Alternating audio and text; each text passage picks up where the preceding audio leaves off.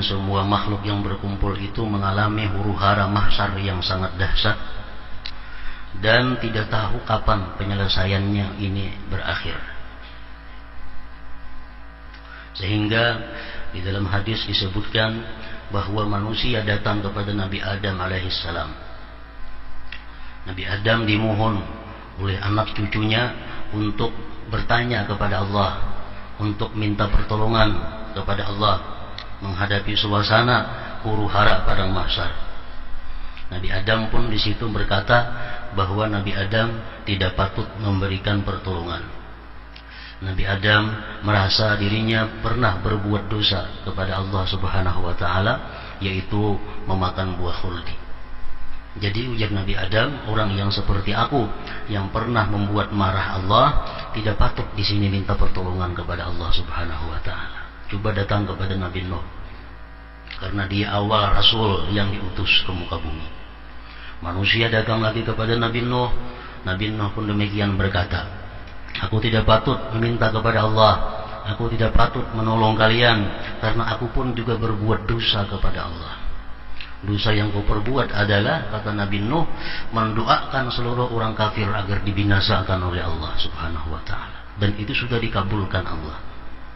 Banjir besar yang diminta Nabi Nuh menghabiskan seluruh manusia yang tidak beriman.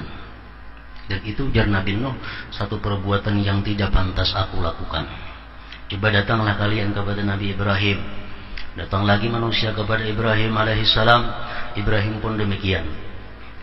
Ya Ibrahim, aku pernah juga berbuat dosa. Aku pernah berdusta 3 kali sepanjang hidupku. Jadi aku tidak patut memberikan bantuan kepada kalian, sedangkan aku sendiri ada punya dosa kepada Allah Subhanahu wa taala, yaitu berdusta sebanyak 3 kali. Padahal itu menurut sebenarnya bukan dusta, cuma Nabi Ibrahim merasa itu adalah dusta di dalam dunia. Kemudian ujar Ibrahim, datanglah kalian kepada Nabi Musa. Nabi Musa itu adalah kalimullah, orang yang berbicara dengan Allah di dalam dunia. Datang lagi kepada Nabi Musa. Musa pun tidak bisa memberi syafaat, karena ujar Musa, aku pun pernah berbuat dosa yang Allah marah kepadaku. Dosa yang kuperbuat itu adalah, ujar Musa, membunuh orang tanpa sengaja, membunuh orang tanpa dosa. Nabi Musa menampar orang, pernah mati orangnya. Jadi sini merasa itu suatu dosa dan kada patut di padang mahsyar memberikan syafaat kepada manusia. Datang lagi kepada Nabi Isa. Nabi Isa pun demikian. Akhirnya Nabi Isa menyuruh manusia datang kepada Nabi akhir, Nabi yang terakhir, Nabi kita sallallahu alaihi wasallam. Nah, jadi syafaat yang diberikan Rasul di padang mahsyar itu adalah syafaat khusus yang hanya bisa diberikan oleh beliau. Nabi-nabi yang lain tidak bisa memberikan syafaat untuk meringankan penderitaan manusia yang ada di padang mahsyar. Rasulullah bersabda, likulli nabiyyin da'wah qad da'aha li ummatihi wa inni ikhtaba'tu da'wati syafa'atan li ummati. Rawahul Bukhari wa Muslim. Ujar Nabi kita, tiap-tiap nabi itu ada mempunyai doa yang mustajab. Nabi manapun itu ada doa yang mustajab, kalau dia minta kepada Allah diberi Allah. Tapi nabi-nabi dahulu itu sudah dihabiskan doanya dalam dunia untuk umatnya, untuk keluarganya, untuk pribadinya. Jadi di padang mahsyar ada punya doa lagi. Wa inni ikhtaba'tu, yang aku ya Nabi menyimpan doa itu. Doa mustajab itu aku simpan. Syafa'atan li ummati, untuk memberikan syafaat kepada umatku nanti di akhirat. Nah, makanya Nabi kita dalam dunia, Nabi kita disakiti, Nabi kita kadang mendoakan mereka celaka. Padahal jangan beliau minta doa supaya dicelakakan itu orang yang menyakiti beliau, celaka. Tapi Nabi simpan doa itu. Nah, keluarga beliau disakiti, cucu-cucu beliau dibunuh, padahal beliau tahu, tapi beliau sengaja tidak menggunakan doa mustajab itu untuk disimpan nanti di akhirat.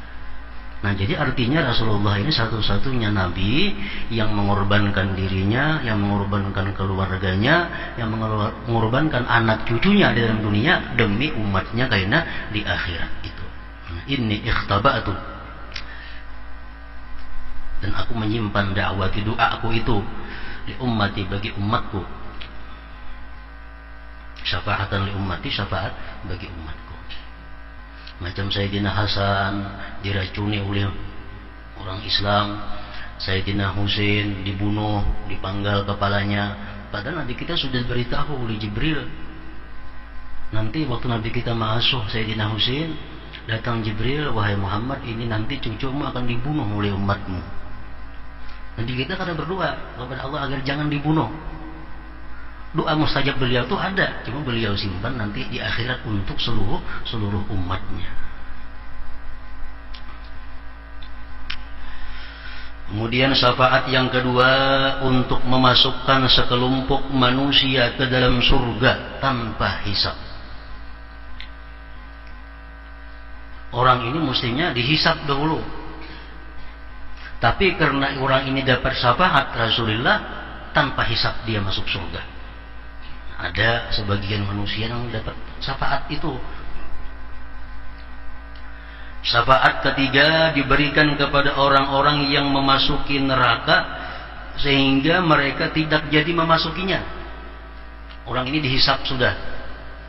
Hisab-hisab, kalah amal kebaikan, menang amal buruk, masuk neraka. Begitu hendak masuk neraka, dia ditolong oleh Rasulullah, diberi syafaat oleh Nabi kita, kada jadi masuk neraka. Padahal menurut hitungannya sudah kalah ini kebaikannya, tapi karena syafaat Nabi masuk surga. Ada juga sekelompok orang yang dapat syafaat itu. Syafaat keempat untuk mengeluarkan orang-orang mukmin yang berada di neraka sehingga tidak ada seorang mukmin pun yang tersisa di dalamnya. Ini orang-orang beriman yang sudah masuk ke dalam neraka bisa dikeluarkan dari neraka karena syafaat daripada Rasulullah. Kita jangan hendak dapat syafaat nang ini, kita syafaat nang pertama tadi nang hendak atau paling kagak nang kedua itu. Syafaat yang kedua apa tadi? Memasukkan sekelompok manusia ke dalam surga tanpa hisab. Itu yang kita kehendaki, yang kita minta kepada Rasulullah, minta kepada Allah. Syafaat yang ketiga diberikan kepada orang-orang yang akan memasuki neraka sehingga mereka tidak jadi memasukinya. Nah, namun yang keempat ini sudah ke neraka. Syafaat keempat untuk mengeluarkan orang-orang mukmin yang berada di neraka sehingga tidak ada seorang pun yang tersisa di dalamnya. Mungkin ada yang 1 tahun di neraka sudah, ada yang 2 tahun. Hanya dapat syafaat dari Rasulullah, mereka bisa ditarik keluar. Syafaat keenam untuk memohonkan ampunan dari Allah bagi orang-orang Islam yang saleh atas kelalaian mereka dalam melakukan ketaatan kepada Allah Ta'ala. Orang-orang yang saleh, orang-orang yang selalu taat kepada Allah, mereka itu kalau berbuat dosa dapat syafaat Rasulullah agar dihapuskan dosanya. Beberapa ulama menambahkan syafaat-syafaat berikut. Syafaat yang ketujuh untuk meringankan penderitaan orang-orang yang dihisab di Mauqif, di padang mahsyar. Syafaat yang kedelapan untuk memberikan keringanan bagi orang-orang yang kekal di neraka. Sebagaimana diriwayatkan dalam sebuah hadis masyhur, yaitu keringanan yang diberikan Allah kepada Abu Lahab setiap hari Senin karena merasa bahagia mendengar berita kelahiran Nabi sallallahu alaihi wasallam. Abu Lahab setiap hari Senin dapat keringanan hukuman karena syafaat daripada Rasulullah. Kenapa dapat syafaat? Karena beliau gembira waktu lahirnya Rasulullah. Syafaat yang ke-9, syafaat yang diberikan kepada anak-anak kaum musyrikin agar mereka tidak disiksa. Pendapat ini dikemukakan oleh sebagian ulama. Syafaat ke-10 untuk ahli bait Rasulullah sallallahu alaihi wasallam agar tidak seorang pun di antara mereka masuk neraka. Itu pun dikabulkan oleh Allah. Syafaat ke-11 untuk memberatkan timbangan kebaikan beberapa kaum. Syafaat ke-12 untuk orang-orang yang timbangan kebaikannya seimbang dengan keburukannya agar mereka dapat masuk surga.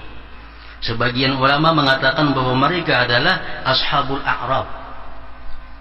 Ashabul a'rab ini orang-orang yang istawat hasanatuhu wa sayyi'atuh, ditimbang sama amal baik amal buruk.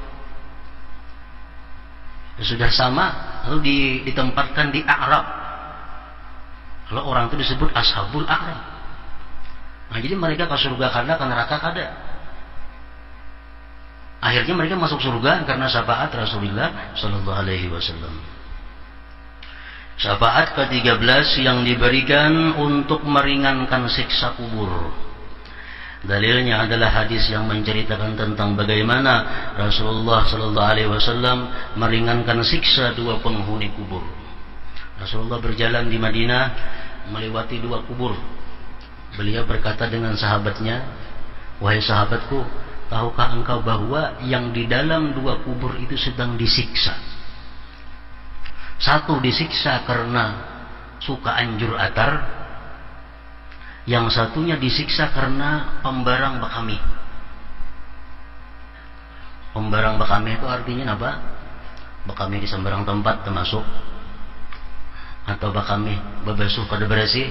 Nah, pokoknya orangnya pembarang bakami. Mereka disiksa di kubur. Lalu Nabi kita mengambil pelepah kurma, sidin belah dua, sidin andak ke kubur satu-satu. Diringankan ujar Nabi, orang ini azabnya karena daun kurma yang basah itu memintakan ampun kepada yang di dalam kubur itu. Nah, ini adalah syafaat barzakhiyah namanya. Syafaat untuk penghuni barzakh. Nah, jadi syafaat-syafaat yang macam-macam tadi, kalau ada ketentuan kita dapat syafaat yang mana? Apa kita dapat syafaat yang nomor 1, dapat syafaat yang nomor 2, dapat syafaat yang nomor 3? Dan Rasulullah sallallahu alaihi wasallam memberikan petunjuk, memberikan kepada kita arahan untuk berbuat sesuatu yang mendatangkan syafaat beliau di akhirat kaina. Artinya ada amaliyah-amaliyah, ada perbuatan-perbuatan, bacaan-bacaan yang ujar Nabi, siapa melakukannya dapat syafaatku nanti di akhirat.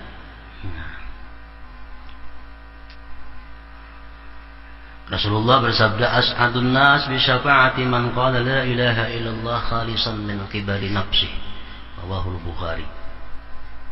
Paling beruntung manusia dengan syafaatku di akhirat kaina, orang yang mengata la ilaha illallah tapi ikhlas dari dirinya. Nah, jadi artinya orang yang beramal la ilaha illallah, la ilaha illallah, itu ada harapan dapat syafaat Rasulullah sallallahu alaihi wasallam. Berapa sehari terserah, makin banyak harapan dapat syafaat Rasulullah. Orang yang membaca 500 sehari dengan orang yang 1000 sehari tentu lain harapan dapat syafaatnya Rasulullah. La ilaha illallah. Lalu ujar Nabi lagi, "Man zara qabri wajabat lahu syafaati." Akhrajahu Daraqutni. Barang siapa yang ziarah kuburku pasti dapat syafaatku. Barang siapa ziarah ke kuburku pasti dapat syafaat. Ziarah ke kubur Nabi kita laksanakan juga, ada kemampuannya untuk memperbanyak kesempatan dapat syafaat. Memasang jabak, nah di sini ada, di sini ada, di sini ada. Ziarah ke kubur Rasulullah, wajabat lahu syafaati, wajib syafaatku. Yang ketiga ada lagi hadis beliau mengatakan, "Man qada li akhihi hajatan kuntu waqifan 'inda mizanihi fa in rajaha wa illa syafa'tu fihi." Rawahu Abu Nuaim. Ujar Nabi, barang siapa menunaikan hajat saudaranya, aku nanti berdiri di samping timbangan amalnya. Jika timbangan amalnya itu kalah kebaikannya, maka aku berikan syafaat padanya. Nah, jadi kita menolong, kita menunaikan satu hajat daripada orang Islam, itu pun satu tempat untuk mendapatkan syafaat Rasulullah sallallahu alaihi wasallam. Yang keempat ada hadis beliau lagi, "Arba'atun ana lahum syafi'un yaumal qiyamah." Ada 4 perkara, 4 orang yang aku bagi mereka itu memberikan syafaat. 1, kata Rasulullah, "Al-mukrimu li dzurriyyati." Orang yang memuliakan zuriatku. Orang yang menghormati zuriatku. Yang kedua, wal qadi lahum hawaijahum, orang yang menunaikan hajat-hajat zuriatku. Yang ketiga, wasa'ilahum bi umurihim indama turru ilaih, orang-orang yang mengusahakan mereka di waktu mereka dalam keadaan sengsara. Yang keempat, wal muhibbu lahum biqalbihi wa lisanih, orang yang cinta kepada zuriatku dengan hati dan lisannya. Rawahu Dailami. Nah, itu beberapa tempat juga untuk meraih syafaat Rasulullah. Ada lagi hadis beliau mengatakan, man istata'a ayyamuta bil Madinah falyamut biha fa inni ashfa'u liman yamutu biha. Akhrajahu Ahmad. Siapa yang kuasa, ujar Nabi, mati di Madinah, hendaklah dia mati di Madinah. Jangan kau mati di Madinah, karena aku akan memberi syafaat kepada orang-orang yang mati di Madinah itu. Nah, garing-garing sudah umur 70 sedang ke Madinah pula. Berpatak di situ. Yang keenam, man qala hina yasma'un nida, siapa yang mengata ketika orang azan, maksudnya selesai azan, Allahumma rabba hadhihi ad-da'wati tammah was-salatil qa'imah ati Muhammadanil wasilata wal fadilah wa ba'athul maqamal mahmud alladhi wa'attah halat lahu syafa'ah yaumal qiyamah, dapat syafaat dia di hari kiamat.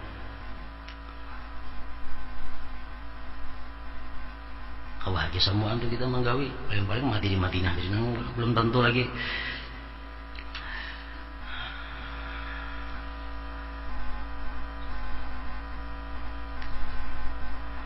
Hadis Nabi lagi mengatakan, man sana'a ila ahadin min ahli baiti yadan kafa'atuhu alaihi yaumal qiyamah. Siapa-siapa yang berjasa kepada ahli baitku, nanti di akhirat aku yang akan membalas jasanya itu.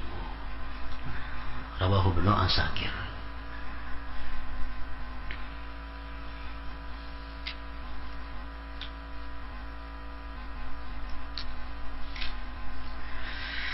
Selain yang telah disebutkan di atas, beliau sallallahu alaihi wasallam memiliki banyak syafaat lain lagi. Sebagaimana diriwayatkan dalam berbagai hadis, di antaranya adalah syafaat yang dijanjikan akan diperoleh oleh orang-orang yang mengamalkan amalan tertentu. Dalam sebuah hadis riwayat Muslim dan Nasa'i disebutkan, paman sa'ala lil wasilah halat alaihi syafa'ah, barang siapa memintakan wasilah bagiku, maka ia akan memperoleh syafaat. Orang yang mengata, Allahumma ati sayyidana Muhammadanil wasilah, ya Allah, datangkan atas penghulu kami wasilah. Siapa yang mengata demikian, dia akan dapat syafaatku, kata Rasulullah. Mau kita berdoa imbah azan tuh, kita buat sudah nih tuh. Kita berdoa imbah orang azan tuh, termasuk sudah memintakan wasilah kepada Rasulullah Ta'ala.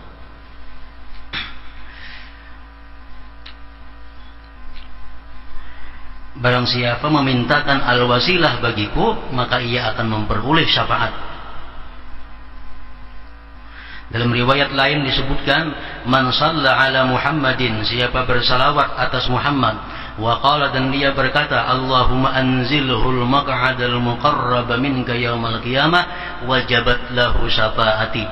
Barang siapa bersalawat kepada Muhammad dan berkata, ya Allah, berikan beliau kedudukan yang dekat denganmu di hari kiamat, maka ia akan memperoleh syafaatku.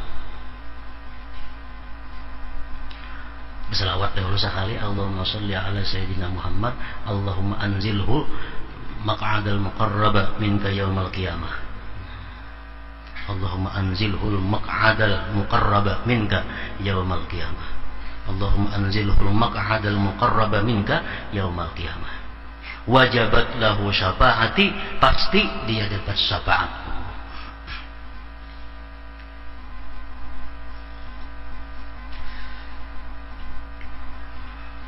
Hadis riwayat Al-Bazzar dan Ruwaifih bin Thabit secara marfu, Ahmad dan Tabarani juga meriwayatkannya dalam kitab Al-Kabir, dan Ibni Abi Asim dan Ibni Katsir menyatakan sebagai hadis hasan. Rasulullah sallallahu alaihi wasallam bersabda, "Aktsiru alayya minas salati yaumal jumu'ah wa lailatal jumu'ah, faman fa'ala dzalik kuntu lahu syahidan wa syafi'an yaumal qiyamah." Perbanyaklah membaca salawat kepadaku di hari Jumat dan malam Jumat. Barang siapa melakukannya, maka aku akan menjadi saksi dan memberinya syafaat di hari kiamat. Malam Jumat dan siangnya memperbanyak salawat. Berapa memperbanyaknya itu? Ujar Imam Ramli mengatakan 300 malam 300 siang sudah termasuk memperbanyak. Malam Jumat 300 kali bersalawat, siang Jumat 300 kali. Ujar Imam Ramli mengatakan sudah termasuk banyak. Ada yang lain lagi mengatakan 350 malam 350 siang.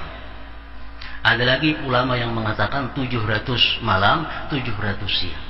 Terserah aja umpet nang mana rohnya, bila manggawi demikian sudah termasuk memperbanyak. Perbanyaklah membaca salawat kepadaku di hari Jumat dan malam Jumat. Barang siapa melakukannya, maka aku akan menjadi saksi dan memberinya syafaat di hari kiamat. Man shalla alayya yaumal jumu'ati kanat syafa'atan lahu 'indi yaumal qiyamah. Barang siapa bersalawat kepadaku di hari Jumat, maka salawat tersebut akan menjadi syafaat baginya kelak di hari kiamat. Hadis riwayat Dailami dan Aisyah. Man shalla alayya hina yusbihu asyra wa hina yumsi asyra adrakathu syafa'ati yaumal qiyamah. Barang siapa bersalawat kepadaku 10 kali di pagi hari dan 10 di sore hari, maka kelak di hari kiamat dia akan mendapat syafaat. 10 bisukan, 10 kamarian. Itu paling inting sudah. Kalimatnya lain yang tadi. Adrakathu syafaati. Dia akan terjangkau syafaatku ya Nabi. Terjangkau itu bisa intil benar tuh. Lain lawan wajabat syafaati, pasti dapat syafaatku, kan lain itu. Ini adrakathu syafaati, memperdapati akan dia syafaatku. Memperdapati, lawan pasti mana? Kalau membaca salawat hari Jumat, siang Jumat itu banyak, kuntu syafi'a, aku ya Nabi pemberi syafaatnya nanti di hari kiamat. Nah itu lain pulang ibaratnya. Lain lawan 10 pagi 10 sore itu adrakathu, memperdapati akan dia syafaatku yaumul qiyamah. Dan masih banyak hadis lain yang menjanjikan syafaat bagi orang yang melakukan amalan tertentu. Setelah mengucapkan salawat dan salam kepada Rasulullah sallallahu alaihi wasallam, dalam bait berikutnya Said Abdullah bin Alawi Al-Haddad radhiyallahu anhu menyebutkan keutamaan syafaat Rasulullah sallallahu alaihi wasallam jika dibandingkan syafaat-syafaat lainnya. Keutamaan salawat sangat banyak. Allah mewahyukan, innallaha wa malaikatahu yusalluna 'alan nabi ya ayyuhalladzina amanu sallu 'alaihi wa sallimu taslima. Sesungguhnya Allah dan para malaikatnya bersalawat kepada Nabi.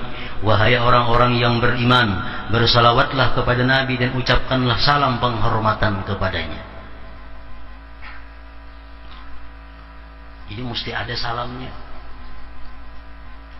Allahumma salli ala sayyidina Muhammadin wa ala alihi wa sallim. Salimnya itu mesti dibuat salimnya, karena dalam Quran menyebutkan wa sallimu taslima. Dan banyak hadis-hadis mengenai keutamaan salawat yang sanadnya marfu', tidak mursal dan mauquf, kepada lebih dari 40 sahabat. Di antaranya adalah Abu Bakrin, Umar, Ali, Talhah, Abdurrahman bin Auf, Abu Mas'ud, Ibnu Mas'ud, Ka'ab bin Ujrah, Abu Sa'id Al-Khudri, Abu Humaid As-Sa'idi, Zaid bin Harithah, Ibnu Kharijah, Abu Hurairah, Sahal bin Sa'ad, Anas bin Malik, Abu Talha Al-Ansari, Jabir bin Abdullah, Al-Bara, Ammar, Jabir bin Samurah, Ibnu Abbas, Ibnu Umar, Hasan, Husain dan Fatimah radhiyallahu anhum ajma'in. Seperti hadis yang diriwayatkan oleh Imam Muslim, Rasulullah SAW bersabda, "Aulan nas bi yaumal qiyamah aktsaruhum alayya salata Orang yang paling utama di sisiku di hari kiamat kelak adalah dia yang paling banyak bersalawat kepada. Artinya makin banyak salawat kepada Rasulullah, kedudukan kita makin dekat dengan Rasulullah. Dalam riwayat yang lain Rasulullah sallallahu alaihi wasallam bersabda, "Shallu alayya fa inna salatakum tablughuni haitsu kuntum." Bersalawatlah kepadaku, sebab sesungguhnya salawat kalian akan sampai kepadaku dimanapun kalian berada. Jadi para ulama menjelaskan tentang aturan tata cara kita bersalawat kepada Rasulullah SAW, supaya salawat yang kita baca itu mendapat nilai yang tak terhingga. Dan Rasulullah ada bersabda, siapa yang bersalawat kepadaku 1 kali, maka Allah bersalawat kepadanya 10 kali. Abu Hasan As-Sadili bertemu dengan Rasulullah SAW dalam mimpinya. Beliau bertanya kepada Rasulullah, wahai Rasulullah, ada hadis engkau mengatakan bahwa siapa yang bersalawat kepada engkau 1 kali, Allah bersalawat kepadanya 10 kali. Ini untuk orang yang macam apa yang bersalawat dapat balasan seperti itu? Rasulullah menjawab, itu balasan orang yang bersalawat kepadaku dalam keadaan lalai dan lupa hatinya. Kita tuh hati ke lain, bersalawat sekali, Allah 10 membalas. Kalau orang yang bersalawat kepadaku ya Rasulullah, hatinya hadir, hatinya khusyuk, balasannya tak terhingga. Nah, balasannya tak terhingga. Jadi kita muntung baca salawat, hati kemana aja, sekali Allah sudah membalas 10. Itu untuk orang yang hatinya lalai. Nah, jadi caranya kita bersalawat kepada Rasulullah itu supaya salawat yang kita baca itu ganjarannya, nilainya besar, tak terhingga. Maka ulama memberikan aturan, memberikan tata cara kayak apa caranya bersalawat kepada Nabi Sallallahu Alaihi Wasallam itu. Pertama, ujar malaikat, 1, taharatun anil hadas, suci daripada hadas, baik hadas kecil atau hadas besar. Kalau berhadas bang, dapat bayaran 10. Kalau kita suci, kada terhingga lagi. Kita kada berwudu batal, bersalawat sekali 10 balasannya. Kalau kita berwudu bang, kada ada kisah lagi ganjarannya. Suci daripada hadas. Yang kedua, taharatul badan wal makan wal libas anin najasah, suci badan, tempat pakaian daripada najis. Badan kita, tempat kita, pakaian kita suci daripada najis.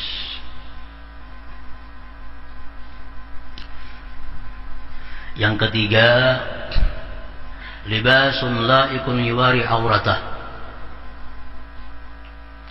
pakaian kita itu layak untuk bersalawat. Orang setelah berhandap, baju kaos kutang, tasbih di tangan, layak untuk. Tapi andai kata dia bersalawat, dapat 10. Apalagi kalau kita baju gamis, baju putih, bini-bini aurat kita tutup, bersalawat, maginnya. Pakaian kita bagus, menutup aurat lagi. Yang keempat, istiqbalul qiblah, menghadap kiblat.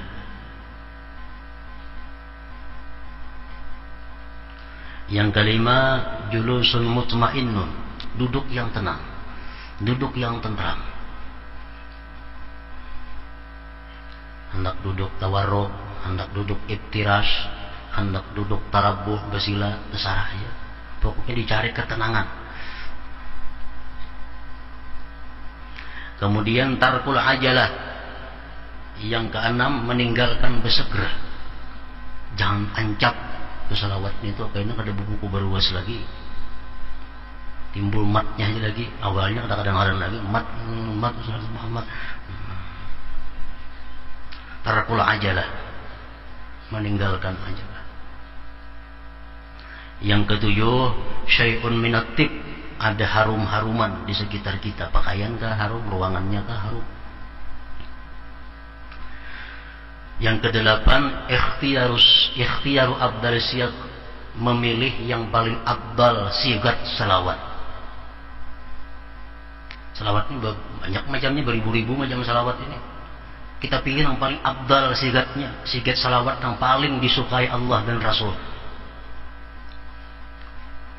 Salawat Ibrahimiyah itu paling afdal salawat.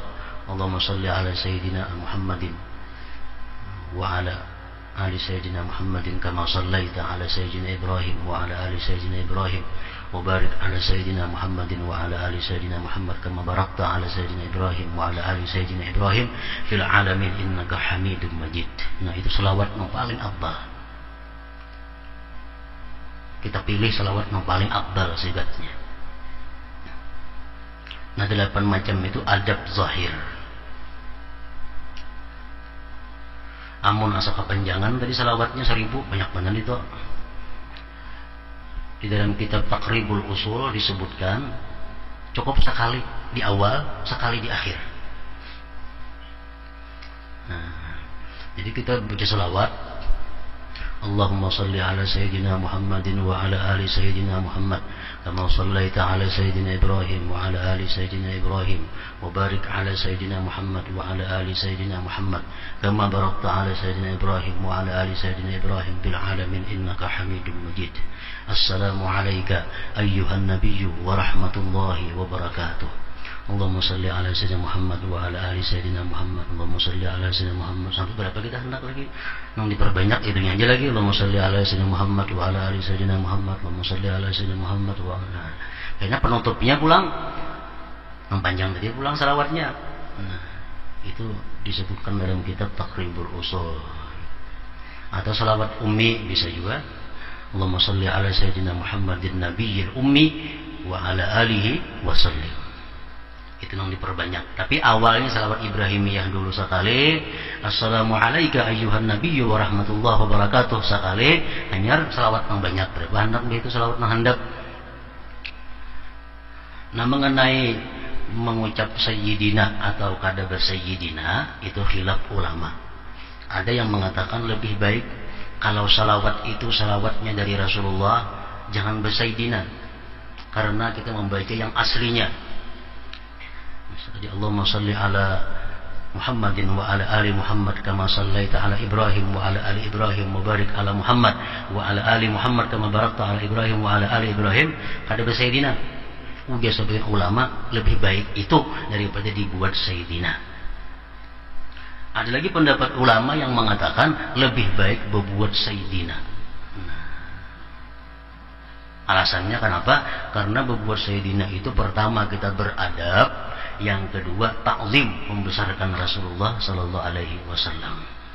Jadi buati sayyidinanya, Ibrahim buati juga sayyidinanya. Nah, mereka mengatakan sunat dibuati sayyidina. Jadi kalau jadi masalah orang bersayyidina ada alasannya, karena itu perintah Rasul macam itu. Ada yang mengatakan bersayyidina karena kami beradab kepada Rasulullah. Kedua-duanya ada nas. Yang penting dibaca. Berdebat saja bersayyidina kagak, selawasnya kada jalan. Nah, itu luput. Itu zahir, adab zahir.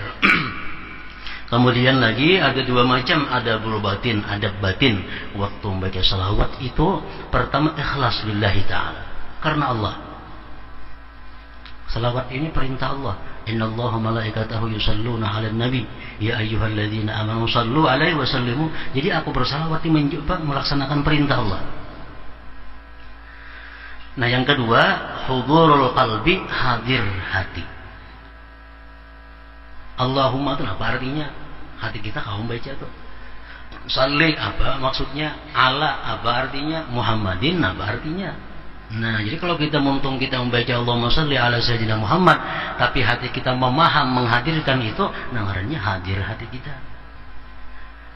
Kalau sudah salawat kita ini beradab zahirnya, beradab batinnya, nah sudah pahalanya kada ada nilai lagi di sisi Allah Subhanahu wa taala. Ada 10 lagi. Nah, kemudian lagi ada sebagian ulama yang mengajarkan bahwa hendaknya kita membaca salawat itu ada yang sedemikian cara. Nah, misalnya malam kita ada menetapkan waktu membaca salawat yang beradab sempurna tadi. Kayaknya nanti lain-lain waktu yang salawat yang biasa, duduk di palatar sambil bertasbih di tangan, duduk di motor bertasbih di tangan, hati kemana barangnya nggak tahu, ada jadi masalah. Cuma kita ada sudah punya waktu khusus dan kita berselawat kepada Nabi dengan adab yang sempurna. Malam misalnya itu siang nggak salah aja, walaupun 100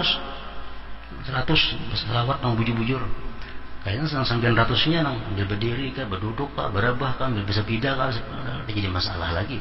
Asal ada kita punya salawat yang bagus.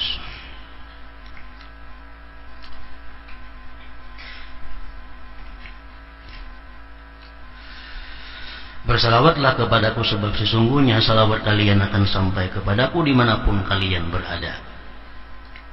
Hadis riwayat Abu Daud dan Abu Hurairah.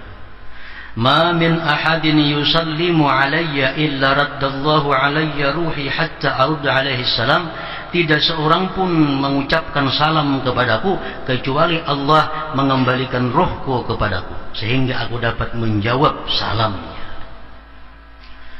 Kayak apa kalau kita hanya bersalawat tapi kada bersalam kepada Nabi? Misalnya, Allahumma shalli ala Muhammad, Allahumma shalli ala Muhammad, Allahumma shalli, kan ada salamnya katanya.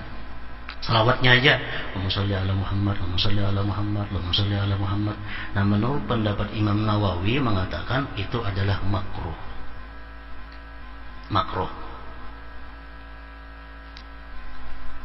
Karena perintah salawat itu otomatis dia perintah salam. Sallu alaihi wa sallimu taslima. Salawatlah kamu kepada Nabi dan salam. Jadi mesti salamnya ada. Allahumma shalli ala Muhammadin wa sallim. Allahumma shalli ala Muhammadin wa sallim. Nah, kemudian lagi ulama berpendapat macam-macam tentang memasukkan kalimat wa ala ali Muhammadin. Allahumma shalli ala Muhammadin wa ala alihi, atau wa ala ali Muhammadin. Mau ditinggal kayak apa wa ala alihin itu? Mendapat sebagian ulama yang mengambil dari hadis Rasulullah bahwa salawat itu kalau ditinggal wa ala alihinya atau wa ala ali Muhammadnya ditinggal, salawat itu ngarannya salatul batrah, salawat yang terkatung-katung, kada diterima oleh Allah Subhanahu wa taala. Jadi mesti salawat itu Allahumma shalli ala sayyid ala Muhammadin umpamanya, nah, wa ala alihi wa sallim sekurang-kurangnya tuh. Sekurang-kurangnya Allahumma shalli ala Muhammadin wa ala alihi wa sallim. Itu sudah termasuk salawatnya ada, salamnya ada, alihinya ada. Nah, kalau kita membaca salawat sedemikian rupa, salawat kita disepakati oleh ulama bahwa itu diterima oleh Allah Subhanahu wa taala. Allahumma shalli ala Muhammadin, salawat, wa ala alihi, dan atas keluarganya, wa sallim, dan salam. Lebih baik itu daripada Allahumma shalli ala Muhammadin wa ala ali Muhammad, Allahumma shalli ala Muhammadin wa ala ali Muhammad. Lebih baik Allahumma shalli ala Muhammadin wa ala alihi wa sallim. Itu sekurang-kurangnya salawat. Hendak bersalawat Allahumma shalli ala Muhammadin wa ala alihi wa sallim. Itu kada betah kada sampai cukup salawatnya ada, salamnya ada, keluarganya pun termasuk juga.